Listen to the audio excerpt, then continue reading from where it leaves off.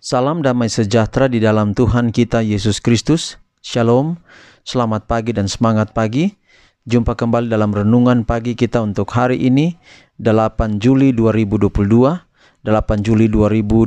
dan pekabaran firman Tuhan kita di pagi hari ini dengan judul Allah akan membenarkan umat pilihannya. Allah akan membenarkan umat pilihannya.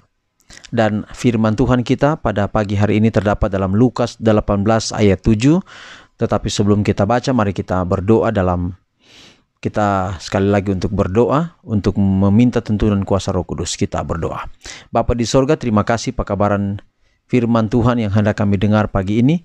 Biarlah kiranya dapat menjadi berkat dalam kehidupan kami, akan menuntun kami di sepanjang hari ini, bahkan sepanjang hidup kami. Biarlah firman Tuhan akan menjadi berkat dalam kehidupan kami, menuntun kami untuk tetap setia kepada Tuhan. Inilah doa kami, terpujilah nama Tuhan, dalam nama Yesus kami telah berdoa. Amin. Sekali lagi renungan pagi kita untuk hari ini 8 Juli 2022 dengan judul Allah akan membenarkan umat pilihannya.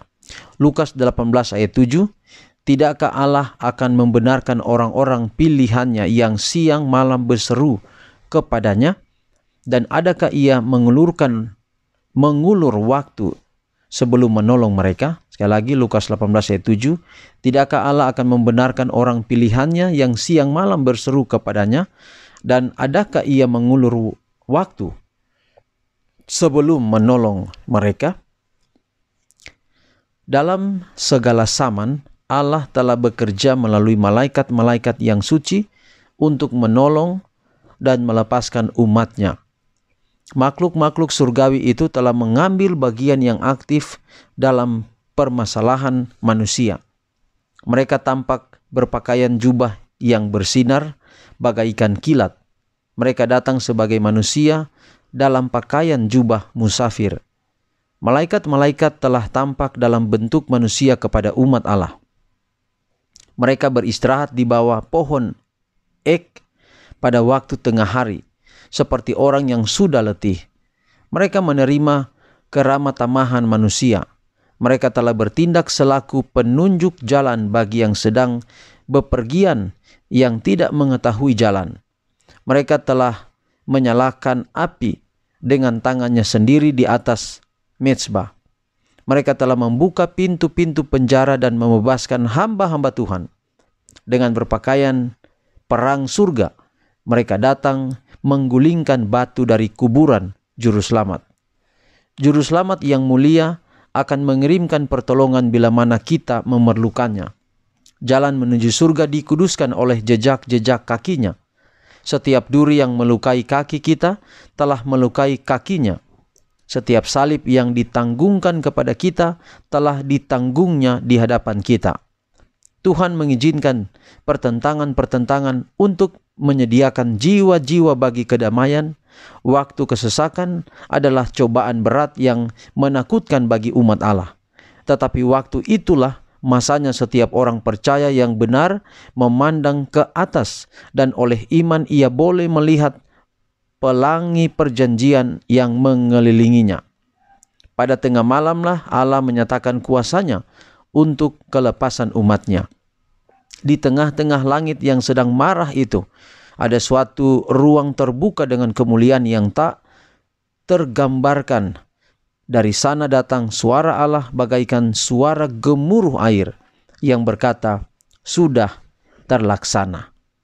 Dalam kitab Wahyu, gambaran tentang malam itu adalah gambaran tentang kehidupan yang penuh dengan permasalahan.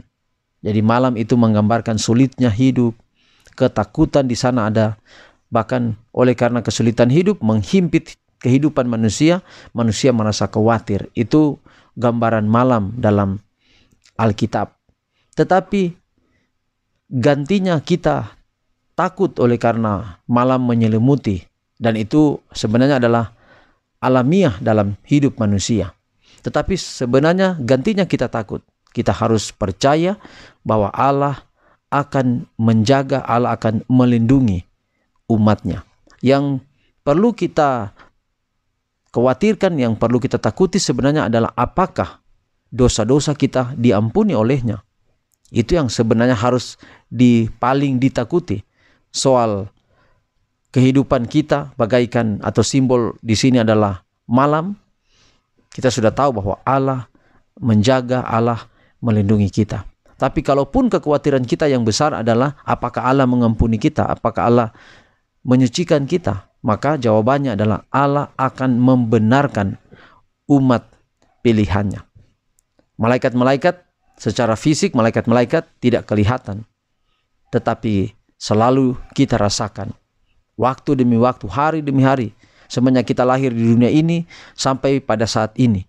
Pengalaman itu pula bukan waktu kita sekarang ini saja, tetapi pada waktu di dalam zaman Alkitab bahkan yang sudah berlalu jauh sekalipun, malaikat-malaikat tidak kelihatan secara fisik, tetapi terbukti menjaga umatnya.